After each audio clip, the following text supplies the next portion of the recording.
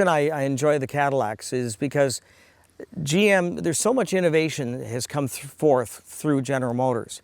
And a lot of those innovations are introduced through Cadillac. A lot through Buick and a lot through Oldsmobile, but a lot of it comes through Cadillac. So Cadillac has a rich history of industry firsts and innovation. So to collect something a little different, I chose the Cadillacs. And anyway, we have 72 cars in the collection now, and 49 of them are Cadillacs.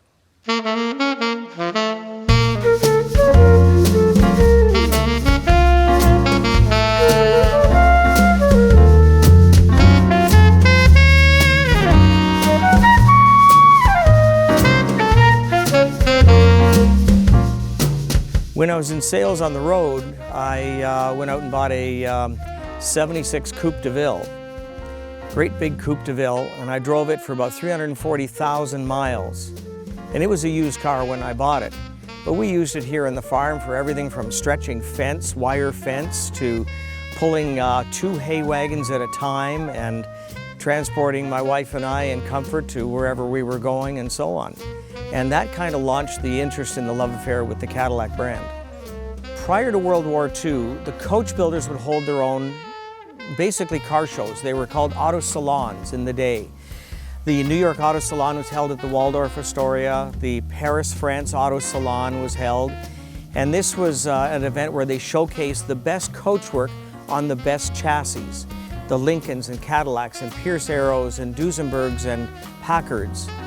And World War II, of course, interrupted many things, including the auto salons.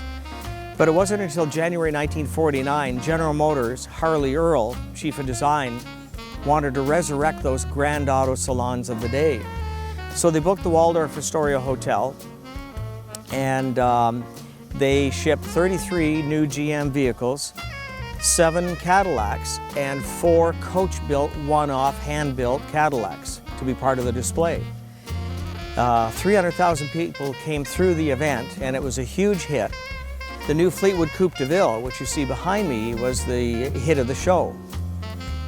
Then they moved the show to the Convention Center in Detroit. Another 300,000 people came through. They went crazy over the new Fleetwood Coupe Deville.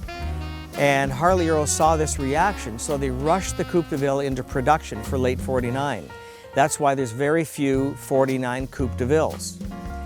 Anyway, this started its life as a '48 Cadillac convertible, because there were no Coupe Devilles, so it was a '48 convertible.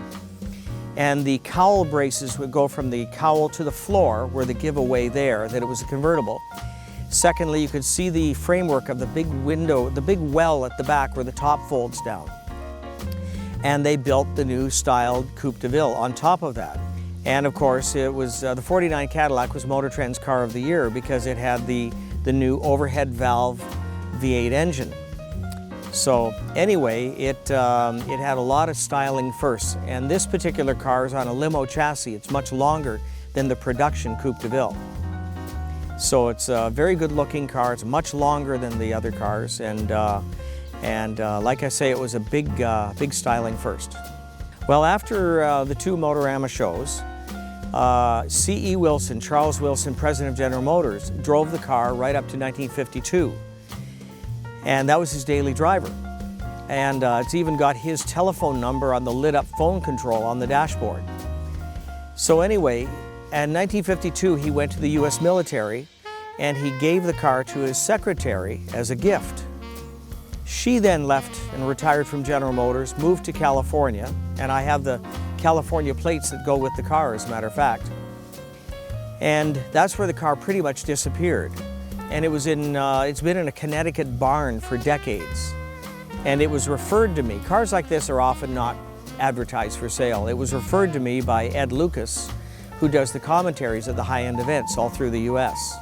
And he told me about the car, and anyway, I decided to bite on it and grab the car, and we've put it through a very fast 1-year restoration, but a total correct restoration using all the original parts.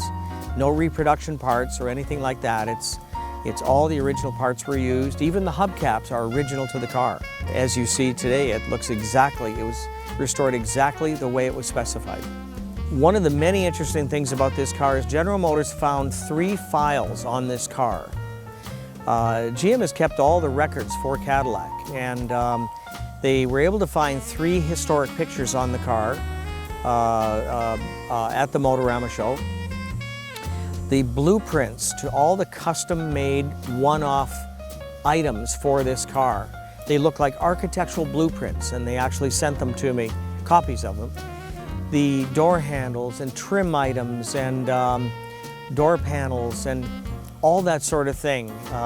Mirrors, side view mirrors, rear view mirrors, telephone control, all that sort of thing has blueprints to them, which is just fascinating to see. But we made it, and it made its debut at Amelia Island Concours d'Elegance, where Amelia Island created a whole new class around this car. And General Motors brought down a number of different prototypes that are world famous to be with the car. And it was quite a sensation down there. All the media picked it up, and it made the media all across the US and Canada, as a matter of fact, that it was coming. It is, in fact, the oldest surviving Motorama dream car. And it is one of about 4 or 5 Motorama cars that are in private hands today.